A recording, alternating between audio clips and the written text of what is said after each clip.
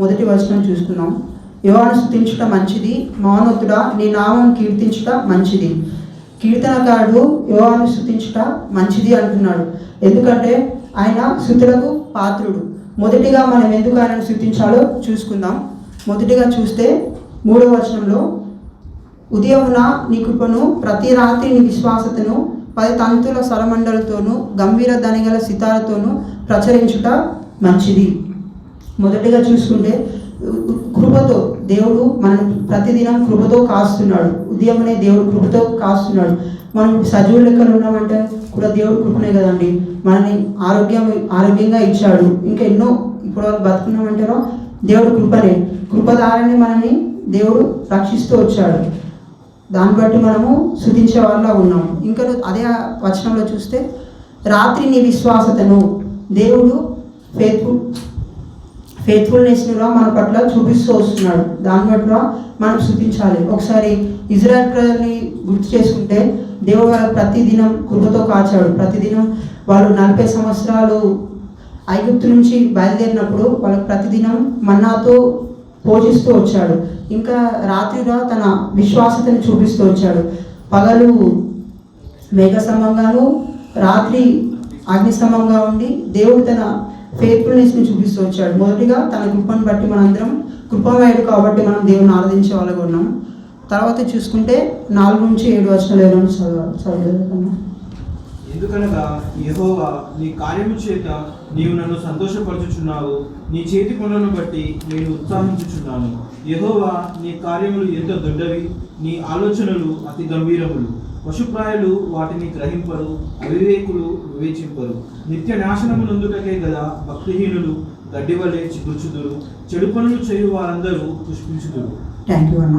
తర్వాత సెకండ్గా చూసుకుంటే ఆయన గొప్ప కార్యముల చేత మనం సంతోషపరుస్తున్నాడు. దేవుడు మన జీవితంలో కూడా ఎన్నో గొప్ప కార్యాలు చేశాడు కదండి. దాన్ని బట్టి మనం స్తుతించాలి. దేవుడు ఎంతో గొప్ప కార్యాలు చేస్తూ వచ్చాడు. మనం చూస్తుంటే మనం పాపాల నుంచి విమోచిస్తూ వచ్చాడు. దాన్ని బట్టిలో మనం స్తుతించే వారిగా ఉన్నాం.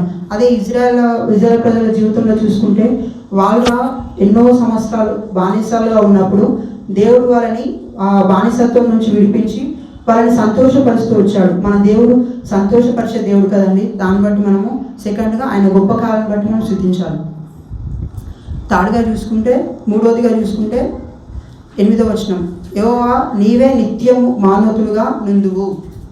మన దేవుడు నిత్యము మహోన్నతుడు. ఆయన మహాగణుడు, పరిశుద్ధుడు కదండి. దాన్ని బట్టి మనము దేవుడు స్తుతించే వారిలో ఉన్నాం. ఆయన ఉన్నత స్థలంలో ఉన్నవాడు. ఉన్నత స్థలంలో ఉండి కూడా అంటే మనతో సహవాసం కలిగి ఉండడానికి ఇష్టపడుతున్నాడు కాబట్టి దాన్ని బట్టి మనం 3వదిగా ఆయన మహోన్నతుడు, పరిశుద్ధుడు. దాన్ని బట్టి మనం స్తుతిస్తాం. 4వదిగా చూసుకుంటే 12:13 నీతిమంతులు ఖర్జూర వృక్షము వలె మొగవైదురు, లెబానోను మీది దేవదారు వృక్షము వలె వారు తిరుగుదురు. నీతిమంతులు ఖర్జూర వృక్షం వలె మొయ్యుదురు. 4th వన్ చూసుకుంటే, దేవుడి మందిరంలో దేవుడు మనల్ని వర్ధిల్ల చేస్తాడు. దేవుడు ఇక్కడ చూసుకుంటే నీతిమంతులు దేవుడి మందిరంలో వర్ధిల్తారు. ఒకప్పుడు మనం లోకంలో రక్షించబడినప్పుడు అన్యులుగా ఉంటూ వచ్చినాం. నిజమైన సంతోషం అంటే మనకు తెలియదు, కానీ ఎప్పుడైతే రక్షించబడి దేవుడి మందిరంలో ఉన్నామో అప్పుడు నిజమైన సంతోషం. కీర్తనలు 16:11 ఒకసారి. జీవ మార్గమును నీవు నాకు తెలియజేసినవు. 16:11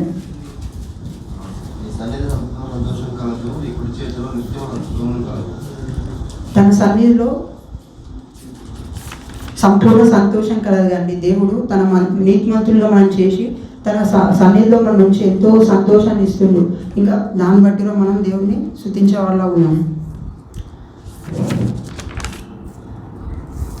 మొదటి నుంచి చూసుకుంటే దేవుడు ఫస్ట్గా మనని కృపామయుడు కాబట్టి మనం దేవుడిని స్తుతించాలి. తర్వాత మనని ఎన్నో గొప్ప కార్యాలు చేసి సంతోషపరుస్తున్నాడు కాబట్టి దాన్ని బట్టి మనం దేవుడిని స్తుతించే వాళ్ళ ఉన్నాం. థర్డ్గా చూసుకుంటే ఆయన మహోన్నతుడు, పరిశుద్ధుడు, ఉన్నత స్థలం ఉన్న దేవుడు అయినప్పుడు మనతో సహవాసం చేయాలి అనుకుంటున్నాడు కాబట్టి దాన్ని బట్టి స్తుతిస్తున్నాం.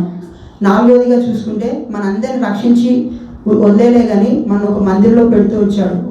ఒక సంఘంగా పెట్టి మన ఎంతో వర్ధిల చేస్తున్నాడు, ఎన్నో విషయాలు నేర్పిస్తూ వస్తున్నాడు, ఎన్నో విషయాలు సరి చేస్తున్నాడు. కాబట్టి దాన్ని బట్టి మనం దేవుణ్ణి ఆరాధించే వాళ్ళ ఉన్నాం. పాత నిబంధనలో చూస్తే వాళ్ళు కీర్తనలు 50లో చూస్తే ఏంటంటే వాళ్ళు ప్రతిరోజు సబాత్ అంటే విశ్రాంతి దినంన వాళ్ళు బలులు ఇచ్చేవాళ్ళు, నైవేద్య బలులు, రకరకాల బలులు ఇచ్చేవాళ్ళు. కానీ ఇప్పుడు మనం దేవుడే మన కోసం బలి చేయాలి కదండి. మనం ఏం చేయాలంటే దేవునికి మన హృదయాన్ని బలిగా అర్పించుకోవాలి, దేవుని స్తుతించాలి.